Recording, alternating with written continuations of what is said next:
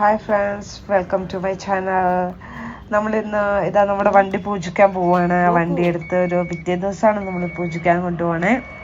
Okay, ഞാൻ ഈ video upload ചെയ്യുന്നത് 2-3 ദിവസം കഴിഞ്ഞിട്ടാ. നമ്മളിത് ക്ഷേത്രം എത്തി. ക്ഷേത്രം വന്നിട്ട് നമുക്ക് കോർമംഗല തന്നെയാണ്, ഞങ്ങൾ താമസിക്കുന്ന കോർമംഗലയാണ്. അപ്പോൾ ഇത് എവിടെ എക്സാക്റ്റ് ആയിട്ട് ചോദിച്ചു കഴിഞ്ഞാൽ നമുക്ക് കോർമംഗല കല്യാണ മണ്ഡപം എന്നുള്ള സ്ഥലത്താണ് ഇത് വരുന്നത്. ബസ്സിലൊക്കെ വരുവാണെങ്കിൽ ഇപ്പോൾ നമുക്ക് അതാണ് വലിയൊരു അമ്പലമാണ് ഇത്. ഭയങ്കര, ഞാനും ഫസ്റ്റ് കുറേ വട്ടം പോകണമെന്ന് കരുതിയിട്ടുള്ള അമ്പലം. പക്ഷേ ഞാനിത് ഫസ്റ്റ് ടൈമാണ് ഈ അമ്പലത്തിലോട്ട് വരുന്നത്. എനിക്ക് ഭയങ്കര ഇഷ്ടമായി. ഇവിടെ ഫുള്ളും വ്യൂവും കാണാനൊക്കെ ഭയങ്കര പീസ്ഫുൾ ആയിട്ടുള്ള പ്ലേസ് ആയിട്ട് തോന്നി എനിക്ക്. അങ്ങനെ നമുക്ക് ഇവിടെ തന്നെ പൂജിക്കാം എന്ന് വിചാരിച്ചിട്ട് ഞാനങ്ങനെ ക്ഷേത്രവും കാണാമല്ലോ, വണ്ടി ഇവിടെ തന്നെ പൂജിക്കാമല്ലോ വിചാരിച്ച് ഞാൻ അങ്ങനെ ഇങ്ങോട്ട് കൊണ്ടുവന്നത്. അപ്പം നമുക്ക് ഇനി ഇവിടുന്ന് അവർ പറഞ്ഞത് നമുക്ക് ഇവിടുന്ന് റെസിപ്റ്റ് ചെയ്യണമെന്നാണ്.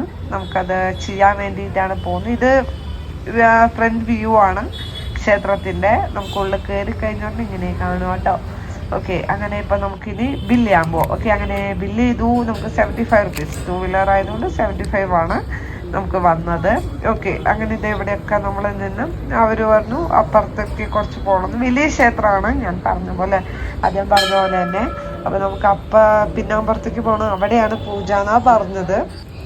ഓക്കെ, അത് കൊണ്ടുപോയതിനു ശേഷം നമ്മളോട് പറഞ്ഞത് നമുക്ക് പൂവൊക്കെ മേടിക്കണം. എനിക്ക് അത്ര വലിയ ഡീറ്റെയിൽ ആയിട്ട് അറിയില്ലായിരുന്നു പൂജാ സാധനങ്ങളൊക്കെ മേടിക്കണം. അങ്ങനെ കുറച്ച് പൂജാ സാധനങ്ങളൊക്കെ നമ്മൾ മേടിച്ചു.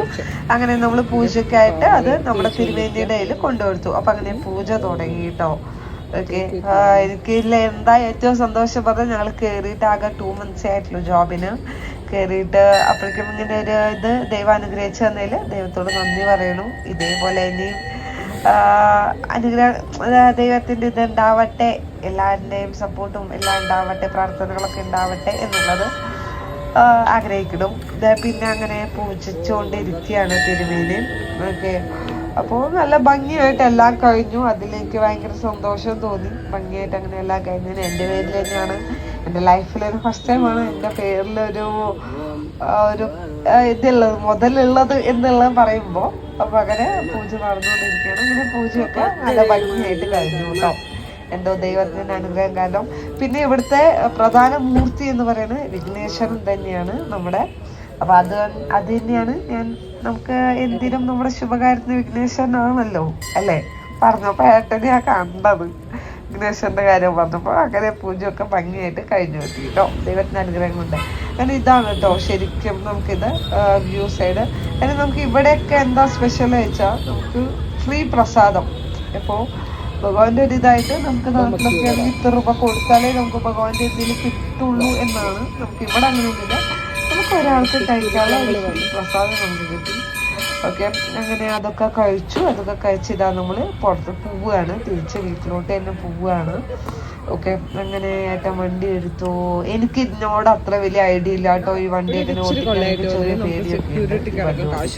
പിന്നെ എനിക്ക് എന്താ ഇതിൽ ഏറ്റവും പേടി തോന്നി, എനിക്ക് ഏറ്റവും ഇവിടെ എന്താ ഇതായിട്ട് തോന്നി എന്ന് വെച്ച് കഴിഞ്ഞാൽ ഒരുമാതിരി ആ സെക്യൂരിറ്റീനെ ശ്രദ്ധിച്ചോണല്ലോ. ഓക്കെ, ആ സെക്യൂരിറ്റി വന്നിട്ട് നമുക്ക് പ്രത്യേകിച്ച് ഒന്നും ആള് ചെയ്തു വന്നിട്ടില്ല. ബട്ട് ആള് നമ്മളോട് 50 റുപ്പീസ് ചോദിച്ചു, എന്തായാലും തന്നെ വിറ്റു എന്ന് പറഞ്ഞിട്ട്.